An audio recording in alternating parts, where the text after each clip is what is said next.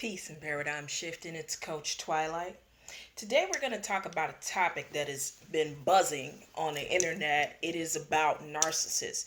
Now, I'm going to take it to a different level. I actually did a live on Facebook and it kind of went crazy. So I thought, why not go ahead and give this information to the folks out here in YouTube land who watch my videos. So you may have heard different people break down what a narcissist is, some of their behavior tendencies, so on and so forth. It's such a excuse me, hot topic because we're living in a world today where more and more people are being ushered into extreme stages of savage behavior, extreme stages of selfishness and self-absorbed behavior, extreme stages of vanity, in all levels of immoral behavior. So because of that, you're going to come across people who are varying different levels. They may have some narcissistic traits. They actually may be dealing with something else, okay? And they may not necessarily be a narcissist, but they may have some narcissistic traits. You also may be dealing with people who are insecure or super manipulative. Now, the thing is that everything I'm describing is inside of a narcissist, okay? But that doesn't mean that everybody depict these different behaviors is narcissistic. So it is a thin line. We kind of throw it around like a catch-all phrase, so we got to kind of be a little bit more careful with that. It can only really be diagnosed by a psychologist, and we can look at some of the underlying traits, but the bottom line is it is somebody that is unhealthy and toxic, and they present themselves one way and they actually are another way. And it is very difficult to see past their camouflage, which is what makes them so interesting. Because on the surface, we're looking at a narcissist and we're saying to ourselves, wow. But then behind closed doors, it's a total different story. Okay? Now, that's not to say that person is not supposed to have character flaws. So I'm going to go through the practical list of narcissistic traits. Okay? Then I'm going to go into the metaphysics of narcissism. Check it out. So a narcissist has the traits of grandiosity. Okay? They believe that they are above everyone and that no one is as good as they are. The reason why this is a problem is because they become immediately competitive with anyone who threatens their false sense of self. So, for example, simple things like, okay, this person graduated college. That person then becomes a target of envy for a narcissist. And I'll get into why later. Supremacy. Supremacy is actually a component of barbarianism.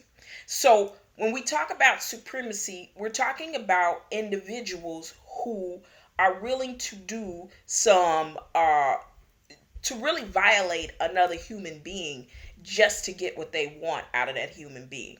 Up into being violent, being covertly manipulative, so on and so forth. Pretty much ruining and destroying people's lives if they need to in order to fulfill the feeling of supremacy. Okay? They lack empathy, meaning that they can't really see themselves in other people's shoes. Now, narcissists can create some form of empathy and sensitivity. I believe that they can do it for themselves. They may not be able to accurately and fully do it for other people because of the grandiosity and because of the supremacy. Because each person to them is nothing more than an object. You might as well be 3/5 a person when you're dealing with a narcissist because you're not fully as great as them, and they only see things in hierarchy. Okay? Superficial, status whores. You know, they're wanting to be in the spotlight. They're wanting to be seen everywhere they go. Now, you can see various different levels of vanity with superficiality and being a status whore. But that doesn't make you a narcissist. Remember, all of the traits, you kind of have to check off a number of these traits in order for them to be a narcissist, okay? Spotlight hogs. The world revolves around them. Heliocentric. They're very selfish and self-absorbed. And in a simple frame, you could be like, doing a million things for them, fulfilling all their desires, and that to them, that's what you should be doing. The right to live your life in the fullness that you see fit bothers them. You must be living and operating in a way that in their mind makes sense. And mostly you need to be serving their interests. So they go through great lengths to manipulate you to believe that you should be serving their interests 24/7. And maybe if they feel like throwing you a bone, they'll do something nice for you too. But remember, when you do something, it's on this level. When they do something, it's on this level. That's how grandiosity works. So when you are continuing to do things for your narcissist partner, parent, friend, boss, you're only fulfilling it at a very low level, no matter how high the results are. Okay? You're an object to them. You are there to supply their needs. You are just as important as if I had a bottle of water. Okay? If the bottle of water was no longer replenishing me, I would get another bottle of water. Therefore, the bottle of water is pretty disposable. So they're unable to see people in their fullness. They only see you for what you can contribute to their life and their experience. They're not necessarily concerned about who you are as an individual and as a person. Okay? So we got that down pat. Now, let's talk about a little bit about what makes a narcissist in the metaphysical world. Okay.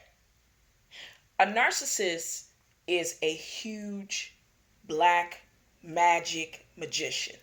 Okay. And what is the difference between white and black magic? Well, white magic, the one key component is you agree to it. So if I'm a healer and I'm doing Reiki or helping you with mindfulness or crystals or past life regression, whatever have you, you have agreed to this. This is your will. Black magic assumes that it knows what's best for you and you need to follow what it says. It goes against anyone's free will. It does not care.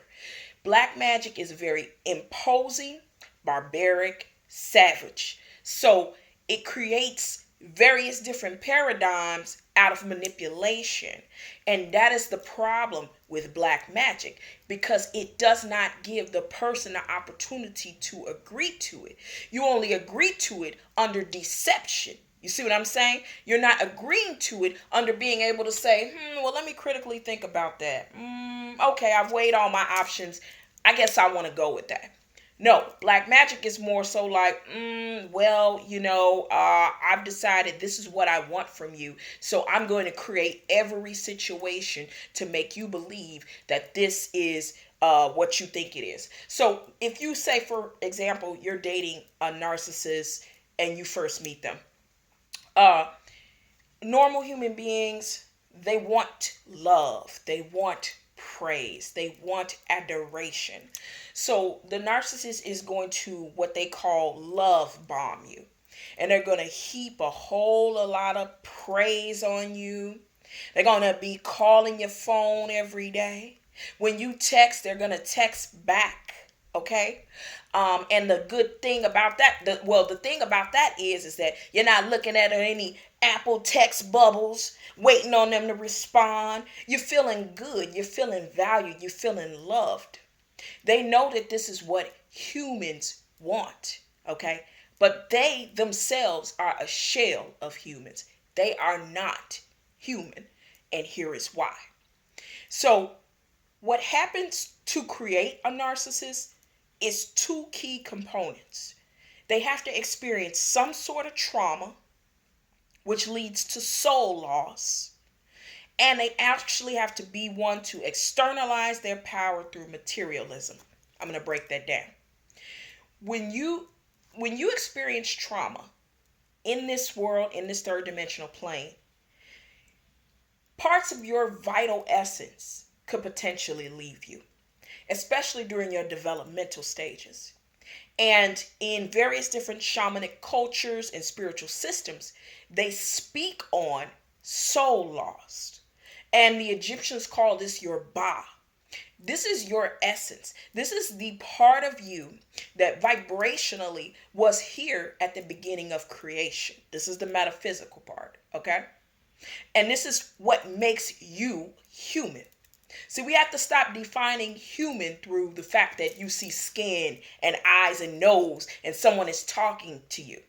Human is the ability to make a connection with the architect and the creator, with the ability to have compassion, with the ability to have empathy, with the ability to express positive, loving emotions. Okay? So those are things that make us human.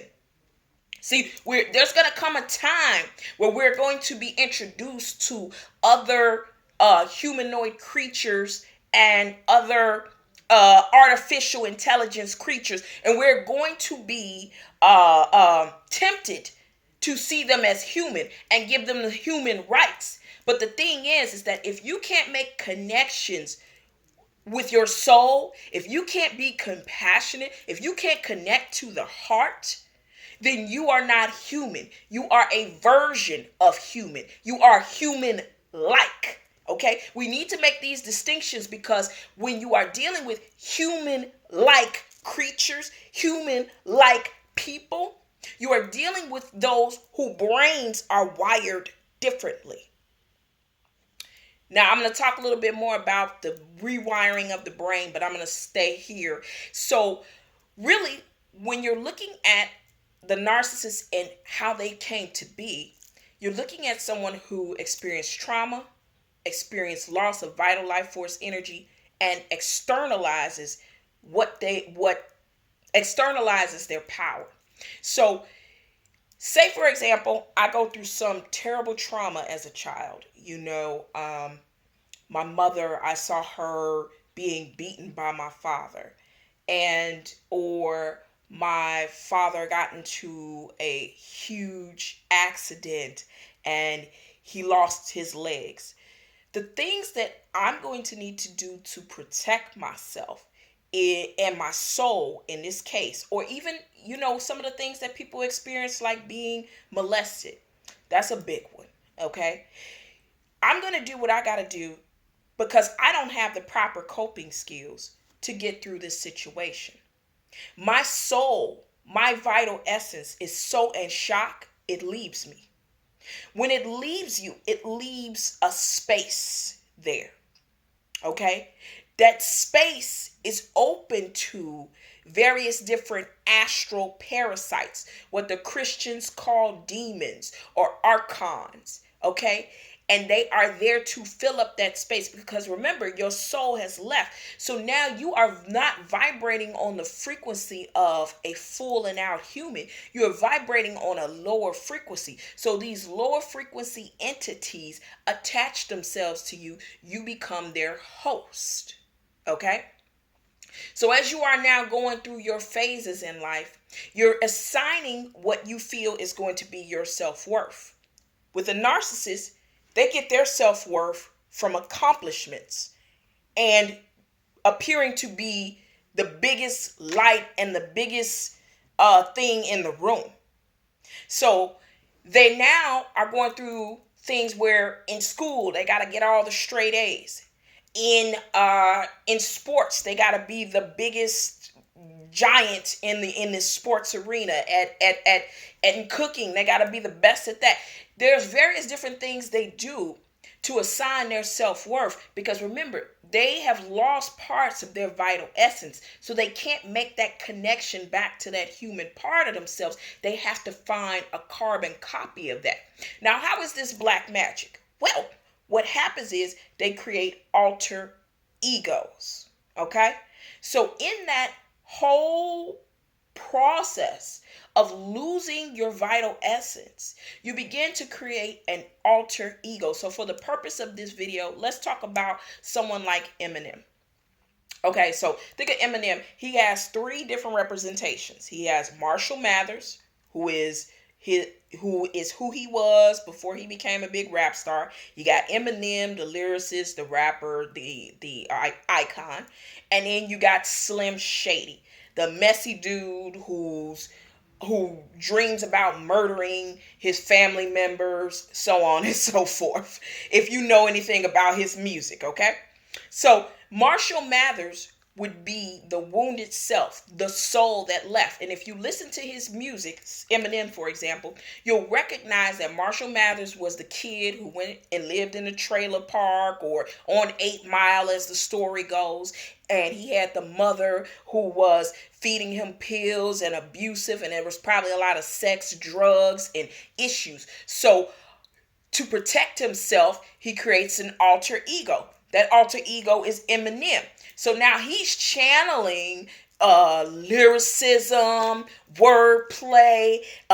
He's moving up in the ranks. He's being recognized as an excellent rapper and MC, and so on and so forth. Then you got Slim Shady. That's the ego self, the protector, the one that is going to do the evil and methodical, murderous things. Okay? So what first happens is when you lose that part of yourself and you begin to see yourself through accomplishment and assigning your self-worth only to accomplishments, because it's okay to have accomplishments, but what I'm talking about is assigning your self-worth only to accomplishments. You understand? So in this example, we're talking about three different entities in one person. Marshall Mathers, wounded self. Eminem, projected self. Slim Shady, evil projected self. And most of the time when you are dealing with a narcissist, you will never ever see the Marshall Mathers part, because the ones that have taken over is Eminem, the accomplished, polished, who you put out into the public, who they want people to believe that they are, and Slim Shady, the one that most people who are in a close relationship with the narcissist gets to see. The murderous, sociopathic behavior, selfish, self-absorbed, grandiose, superiority, jerkhole for the most part. And that is what you're dealing with the narcissist. They've discarded Marshall Mathers, their real self, and they've adopted this polished version of themselves and that evil version of themselves that you see when you're behind closed doors with them.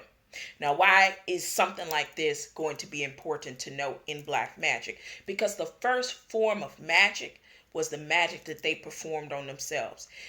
With a narcissist, they have found comfort and solace in these alter egos. They have found that they can be successful in the world and move up with their one part of their personality, the projected self that everyone gets to see that they're so in awe of. And they get to be a total dipshit asshole to whomever else is close to them that other people can't see past their camouflage. Well, it works out great for them because they get to exorcise their demons. They get to use people. And most people will be none the wiser because they already are presenting themselves in such a light and a manner, whereas you can't see who they are because the surface level appeal is so magnetic. It is so beguiling. You see what I'm saying? So the Slim Shady that you're getting behind closed doors, you're just like, what is this? So this is the imposition. This is the black magic. This is going against people's free will. This is imposing on you a demonic entity that you don't want to have connection with. But because they've been able to find comfort in these various different entities, they're going to force it on you while appearing to be human, but only actually being human-like. That's heavy, right? That's heavy. I know. Let's go on.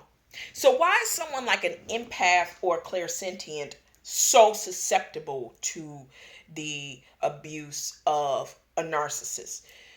On the surface, it's because the clairsentient or the person who is in touch with emotions and the empath may have very weak boundaries. They may over empathize with them. Here is what an empath does. An empath has connections to people's deeper emotions. So let me put that in context. When you see a narcissist acting superior, you're thinking to yourself, wow, this person is really deeply insecure. Am I right? When you see a narcissist showing their Dr. Jekyll, Mr. Hyde side, their Mr. Hyde side, their evil wicked side, you're thinking, whoa, what a wounded inner child. Am I right? Grandiosity. You're thinking, wow, they really need attention from their childhood and past. You're breaking down all of their true emotions that's leading them to this fucktard behavior that they are engaging in. Like, you can put together what the origin is of their fuckboy or fuckgirl behavior. So you're understanding it on such a deep level. The problem is they don't understand it. Okay? So you're connecting with the deeper emotions that is causing them to act and behave the way that they are. But you are not recognizing that they have made a choice to put themselves in the entities that they have gone ahead and allowed to inhabit their body.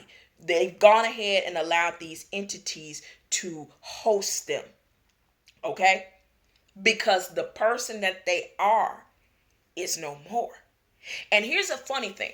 So there's this movie called Origin. It's a YouTube original. And it's this particular alien. It gets into people's brains. It rewires their brains, rewires their thinking. And when it rewires their thinking, okay, they do things that normally they would not do. So when you're experiencing them, you're not looking at the fact that they have a rewired brain and that they've taken on entities. You're looking at the fact that they have skin and blood and lips and eyes and nose, because you're human. You're projecting onto them that they are human. But in fact, they've allowed something else to rewire their mind and take over their brain. And when you are looking at someone who has allowed another entity spiritually to host them, they're not able to connect to human-like things. Remember what I said earlier. Being human has to do with compassion and love and joy and happiness. Narcissists hate that shit. Because in their minds, remember, their brains are rewired. In their minds, they're thinking, you're showing me up. You're acting like you're better than me.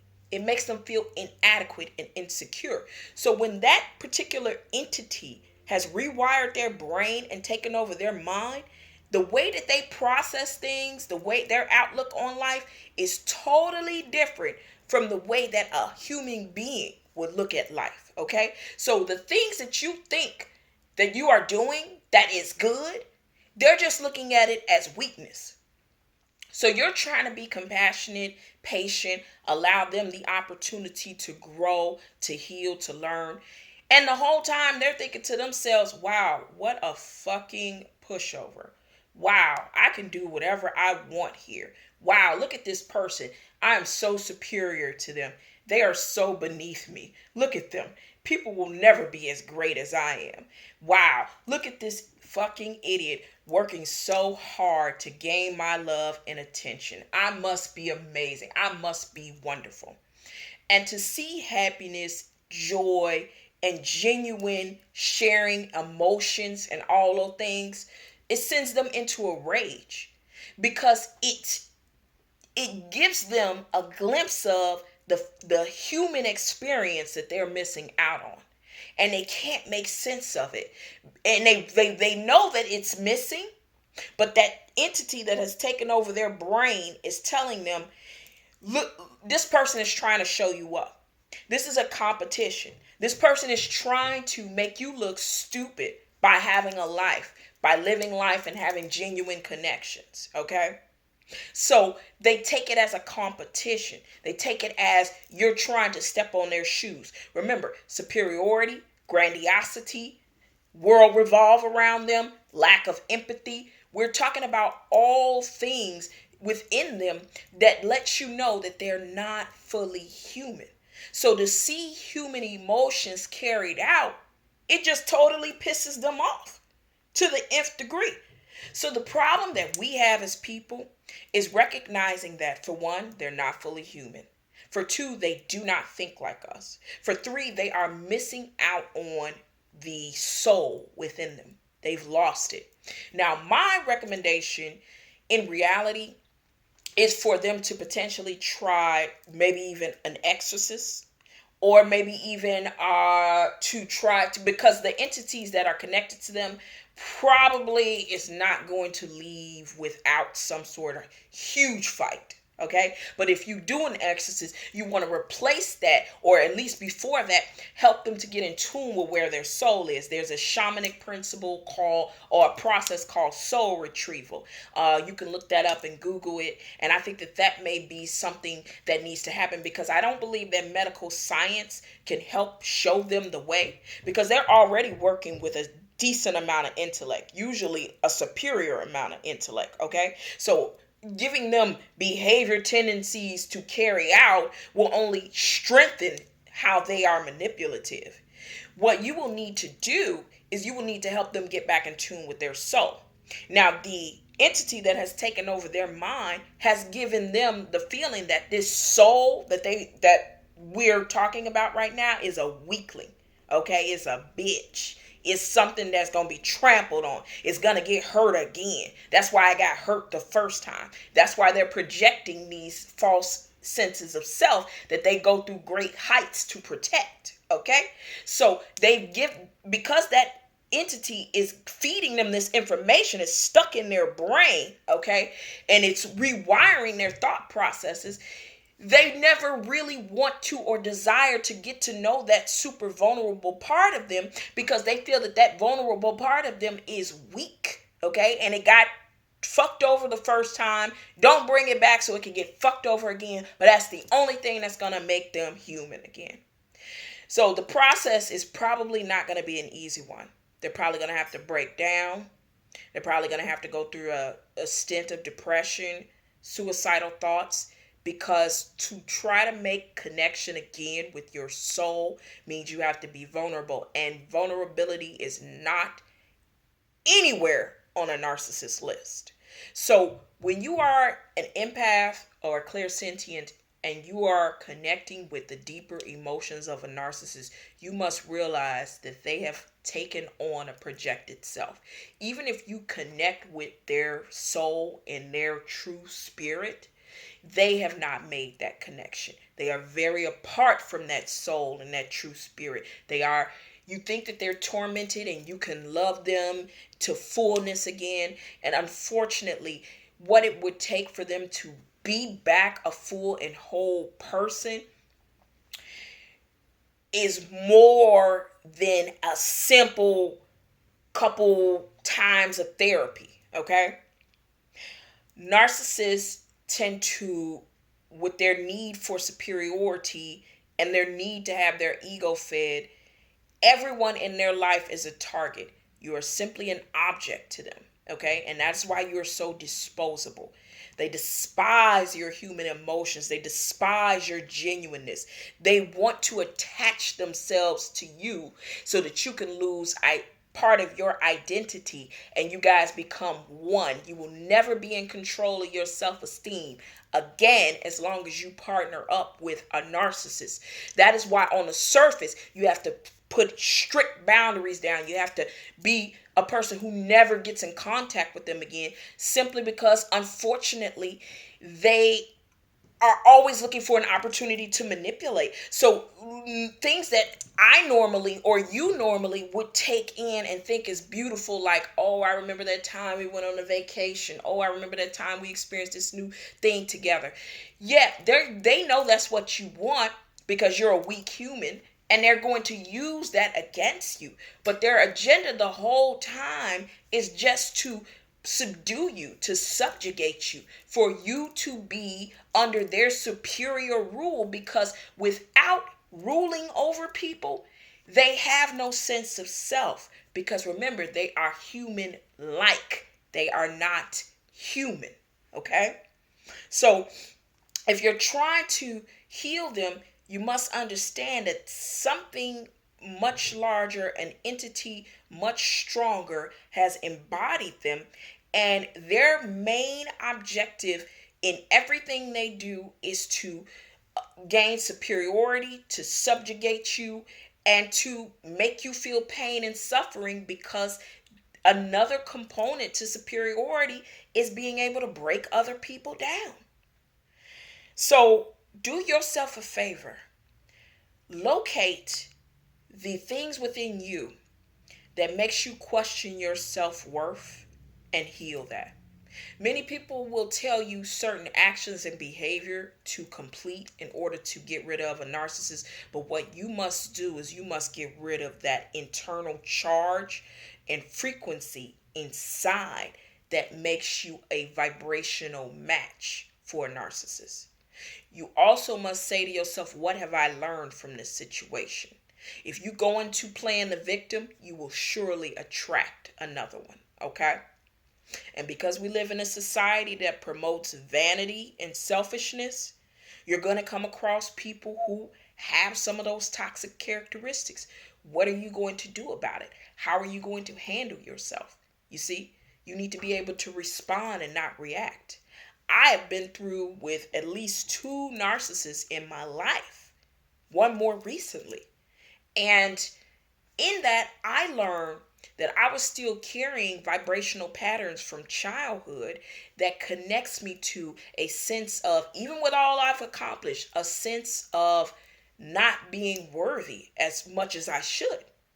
And that's not to say that it would build up my vanity. It is a part of me that says that I'm not good enough. Well, you're good enough for love. You're good enough for somebody to reciprocate love back to you.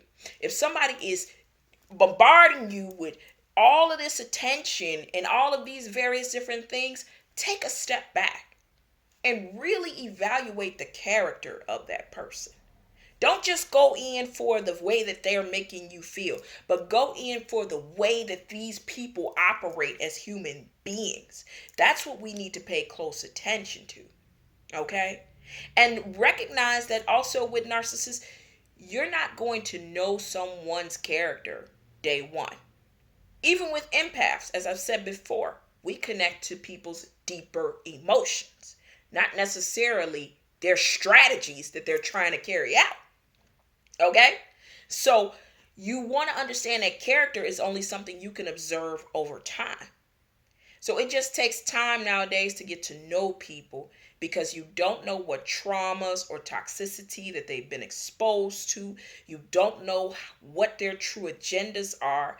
And sometimes people will blatantly, outright in your face, lie about their agenda.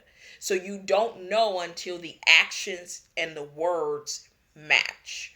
So there's various different things. There's people that are more so experts on this in terms of the psychology of it. But from a metaphysical standpoint, you want to protect yourself, your aura, your energy, and you want to continue to do shadow work so that you can see from within what is going on in the inside of you that is vibrationally attracting you to energies and entities that don't have your best interests at heart. All right. Peace, love, and light. Heal.